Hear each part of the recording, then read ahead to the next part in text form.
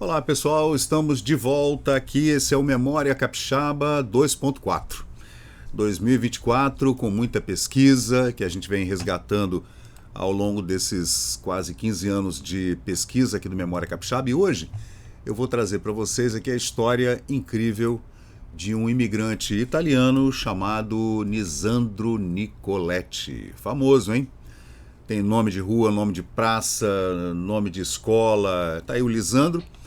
Ele é da Toscana, veio da Itália, da Comuna Borgo Mazzano, 26 anos de idade. Ele chegou aqui em 14 de novembro de 1983, quando ele nasceu, né? E ele foi morar na seção da Alexandria, no Ribeirão de Cristo, 6 quilômetros de Araguaia. E Araguaia, velho de guerra. Minha família morou lá em Araguaia. Meu avô foi diretor lá do grupo escolar, né? Meu avô Davi. E o Lisandro Nicoletti era daquela região, onde adquiriu e trabalhou como agricultor e ficava na casa de Girolamo Coman e Giovanna Caldana. Logo depois casou-se com Elizabeth Pazinato, vendeu as terras no Ribeirão do Cristo e foi morar em Matilde, também naquela região ali, Araguaia, né? Entre Domingos Martins, Alfredo Chaves, naquela região ali. Aí, deixa eu ver. Aí ele abriu um comércio, gente, em 1885. Esse cara ficou muito rico. Foi um dos primeiros industriais capixabas, a gente pode dizer, né? Ficou muito rico mesmo. A sua irmã, Maria Nicoletti, era casada com Antônio Busato, que morava no Rio das Pedras, também em Araguaia. Aquela região de Araguaia realmente tem muita gente importante aqui na história do século XIX e XX, aqui no Espírito Santo, né? Ele teve comércio em Carolina e também em Iriritimirim. Bom, no final do século XIX, ele se mudou para Vitória e seu gerente em Matilde era o ferreiro Aurélio Mainardi, que em 1900 começa a fabricar ferraduras e em 1903 faz sociedade com Luiz Preste e funda Ferramentas LP, que em 1917 muda para Araguaia, Fazenda Perim. E hoje é uma das fábricas mais antigas em atividade no Brasil. Bom, esse é o Lisandro Nicoletti. É claro que ele foi nessa área de ferragens, madeiras, comércio, né, tecidos, e ficou muito rico realmente. Então, a gente tem várias histórias para falar dele. A primeira delas é a história de um escândalo financeiro envolvendo o banco hipotecário, que ficava ali na Praça Costa Pereira. E também o caso da tentativa de assassinato que ele sofreu, que a gente vai tratar desse, que é mais uma crônica policial capixaba, atentados a tiros contra o industrial Lisandro Nicoletti. Então a gente vai tratar desse assunto hoje e vamos colocar na nossa playlist lá, aqui no Memória Capixaba no YouTube. Tá aí a Fábrica de Fiação e Tecidos Vitória, de Lisandro Nicoletti, Nicoletti e Madeira. Aí uma sociedade, né? Deixa eu ver. Vitória do Espírito Santo. Esse é um daqueles indicadores econômicos do início do século XX que tinham nos jornais do Rio de Janeiro, né? Do Brasil todo, indicadores, era tipo um catálogo de quem era comerciante, o que vendia, bem bacana, tá? Depois eu vou trazer para vocês, eu tenho várias pesquisas aqui desses indicadores econômicos, é muito legal, vem bem detalhado quem fabricava o quê, quem era agricultor, quem era meeiro, quem era ferreiro, quem era pedreiro, carpinteiro, é muito bacana. Bom, o Lisandro, ele sofreu atentados a tiros no dia 28 de fevereiro, chegou o telegrama de Benevente. Você sabe que ali da região de Alfredo Chaves, ali em Araguaia, ali passa o rio Benevente, que vai dar lá em Anchieta, lá na praia. E muitos desses imigrantes que chegaram em Anchieta subiram para aquela região, né? Porque não é muito longe. Lá de Anchieta existe uma estrada estadual que liga Anchieta, né, ali na BR-101, você sobe e vai sair em Alfredo Chaves. O telegrama chegou de Benevente, diz não serem mortais os ferimentos produzidos pelos tiros disparados contra Lisandro Nicoletti em Matilde no dia 28 de fevereiro. Tá aí a fábrica dele, ó, a Companhia de Fiação e Tecidos Vitória. Deixa eu colocar a foto, novamente a foto do Lisandro aqui, que era uma figura imponente, né, bem típica, né, daqueles homens do final do século XIX, aquele bigodão, né. Aí a gente segue falando aqui do atentado que ele sofreu. Na verdade, ele sofreu 2 atentados, um em 1893 e outro em 1896. Nessa época se andava de cavalo, se andava de charrete, de um município para o outro, de uma localidade para outra, uma fazenda para outra, era cavalo. E cavalo e trem. Então era perigoso, tinha muita emboscada no meio do caminho, era muita mata fechada, muita picada, então de vez em quando morria um no meio da estrada.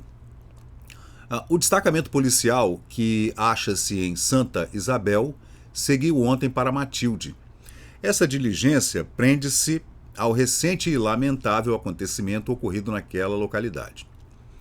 Nós, abaixo assinados, residentes na seção alexandrina do ex-núcleo colonial do Castelo, do município de Alfredo Chaves, tendo conhecimento de que o senhor Lisandro Nicoletti, na noite de 5 de setembro do corrente, fora vítima de 2 tiros, 2 com U naquela época, né?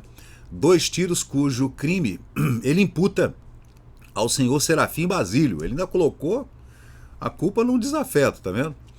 Foi o Serafim Basílio que deu os tiros nele, segundo o próprio Lisandro Nicoletti.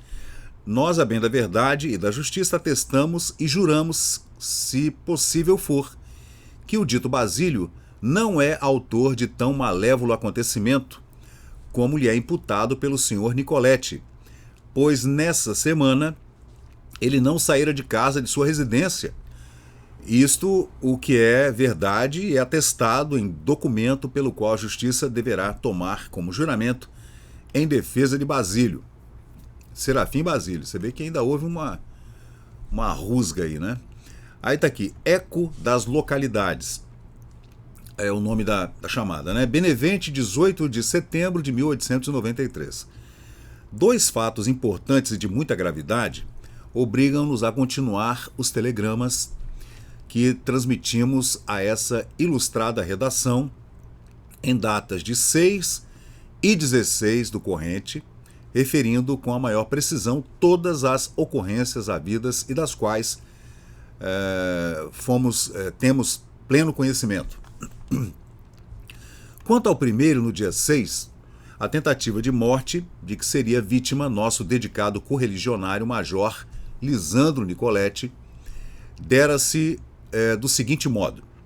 Achando-se o senhor Lisandro Nicoletti em sua casa comercial, na seção Matilde, vendendo na ocasião fumo a um freguês.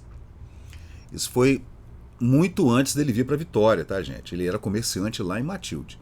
Ele estava vendendo lá o fumo de rolo lá para um freguês, cujo nome ignoramos ainda. Foi traiçoeiramente surpreendido com um tiro de revólver que havia sido dado da porta da rua por um vulto desconhecido, devido à grande escuridão da noite. O fato deu-se às 7 horas da noite, mais ou menos. Esse tiro passou de um lado da cabeça, sem que se produzisse o direito esperado pelo assassino desconhecido. Foi uma tentativa de homicídio, né? Que aconteceu, mas que, por sorte, o senhor Lisandro Nicoletti saiu ileso. Recebemos ontem à noite, de Benevente, o seguinte telegrama. Ontem à noite, em sua residência na seção Matilde, o major Lisandro Nicoletti foi vítima de 2 tiros na cabeça. Autoridades e médicos seguiram para o local do crime. Criminoso foi visto não sendo conhecido devido à escuridão. Nicoletti, ferido, não morreu, nem inspira grande cuidado o seu estado. O major Nicoletti, nosso dedicado correligionário, é comerciante abastado e influente na comarca de Alfredo Chaves, onde goza de grande estima, de estima geral. E segue aqui, né, fazendo votos pelo seu restabelecimento e de sua saúde gravemente comprometida, confiamos que as autoridades prosseguirão nas diligências para a prisão e punição do criminoso. E aí a gente vai vendo, né, as confusões da época, né? Aí deixa eu ver o que mais nós temos aqui. outros telegramas. Lisandro Nicoletti recebeu 2 tiros dados em emboscada, atingidos nos braços. Aí já viu, né? Tá falando que foi tiro no braço, o outro foi 2 tiros na cabeça, né? Imagina. A prisão. A requisição do subdelegado da povoação de Matilde foi preso em Santa Isabel pelo respectivo delegado de polícia, o indivíduo Ludiero dos Santos,